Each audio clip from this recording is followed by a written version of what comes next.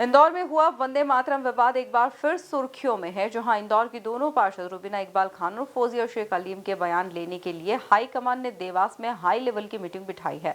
वहीं अब देवास में हुई हाईकमान की मीटिंग पर सियासत शुरू हो गई है। कैसे इसे देखते हैं?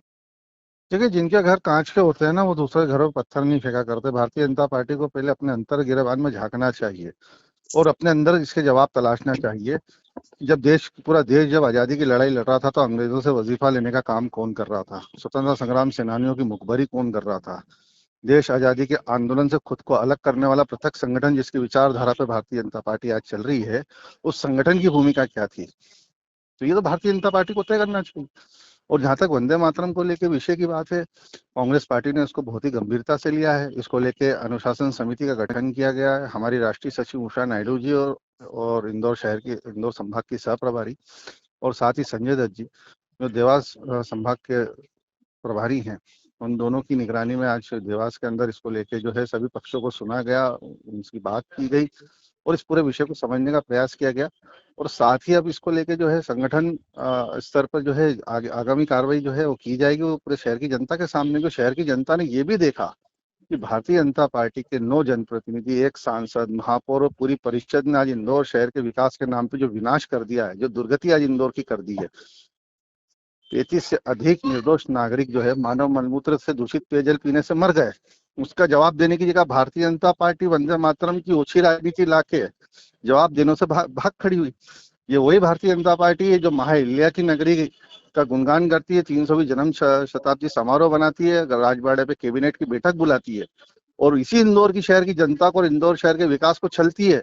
जब अथॉरिटी बनने की बात आती है तो इंदौर को जो है दोयम दर्जे पे धकेल दिया जाता है, उज्जैन को आगे रख दिया जाता है। ये भारतीय जनता पार्टी जिनके मुंह में दही जम जाता है इनके जनप्रतिनिधियों के, जब इंदौर के विकास और हितों की बात आती है, तो ये हमें जो है ना राष्ट्रवाद का पाठ पढ़ाए और ना ही हमें हमारी अंदरूनी कलाओं को दिखाएं। क्योंकि पहले अपना आईना देखें, झांकें और देखें कि प्रीतम लाल लोधी और उनके जो अन्य विधायक हैं वो किस तरह प्रशासन को मुक्के दिखा रहे हैं, 2.5 किलो का हाथ दिखा रहे हैं, किस तरह भ्रष्टाचार फल फूल रहा है, किस तरह प्रशासनिक अधिकारी खुलेआम डाके डाल रहे हैं इंदौर शहर में। तो ये सब चीजें दिख रही है। तो सरकार से आज जनता त्रस्त है, भय भूख और भ्रष्टाचार का आलम चारों तरफ है और 4K की सरकार चल रही है जो कर्ज क्राइम कमीशन और करप्शन को बेतहाशा ना सिर्फ बढ़ा रही है बल्कि प्रदेश की जनता की जेबों पे सीधा सीधा डाका डाल के लूट भी रही है। क्योंकि कांग्रेस में समस्या है, समाधान नहीं है। कांग्रेस के साथ समस्या ये है कि उसकी कथनी और करनी में अंतर है। अगर शहर में तात्कालिक घटना पर जिला कांग्रेस अध्यक्ष अगर कोई फरमान जारी करते हैं तो उसको प्रदेश अध्यक्ष जी नकार देते हैं। और इसके पूर्व में देखा है सागर में एक जिस तरह के देश विरोधी गतिविधियों में लिप्त एक कार्यकर्ता था, उसको बाद में पदोन्नति कर दी जाती है। तो कांग्रेस का चरित्र चित्रण इस बात को इंगित करता है कि जब यहाँ पर जिस तरह के लव जिहाद के अपराधी को कांग्रेस जब परिषद में उसके खिलाफ जब बात की जाती है तो कांग्रेस वॉकआउट कर जाते हैं, लेकिन उसके खिलाफ जो अविश्वास या उसके खिलाफ निष्कासन की प्रक्रियाओं को नहीं अपनाते।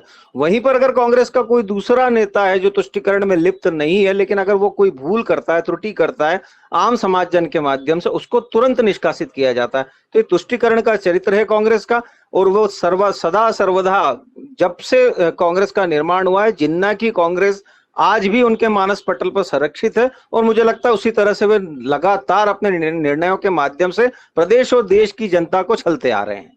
नहीं, कांग्रेस तो सदैव से महिला विरोधी रही है। इसीलिए मैंने कहा कि महिला आरक्षण बिल में भी तुष्टीकरण का बीज बोने का प्रयास कांग्रेस के नेता कर रहे थे और समाजवादी पार्टी के नेताओं ने जो मांग रखी उसका समर्थन कर रहे थे।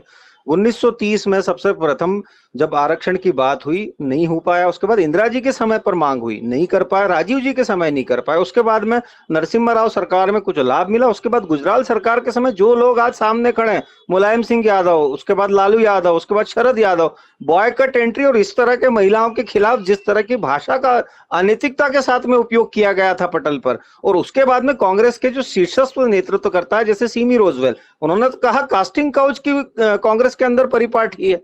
इस तरह राधिका खेड़ा, जिस तरह से कांग्रेस के कार्यकर्ता रात में 2 बजे उनके कक्ष में घुसने का प्रयास कर रहे थे, उनके बाद उन्होंने कांग्रेस छोड़ी थी। तो मुझे लगता है कि नैतिकता पूर्णतः कांग्रेस में समाप्त हो चुकी है। और जिस तरह के कृत्यराज देश विरोधी गतिविधियों में, राष्ट्र विरोधी गतिविधियों में जो लोग भी सम्मिलित होते हैं, मुझे याद है अच्छे से गुजरात का जो कांड हुआ था 1992 का, मोहम्मद सुरती जो सूरत में पकड़ाया था, कौन था कांग्रेस का पूर्व मंत्री?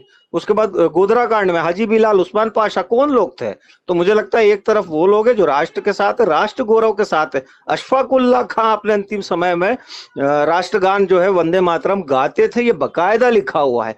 पर मुझे लगता है कि जिस तरह से आज वो जिन्ना से फॉलो करते हुए जिस तरह के कृत्य कांग्रेस कर रही है, निश्चित रूप से देश की जनता इसलिए लगभग 95 चुनाव उसको हरा चुकी है।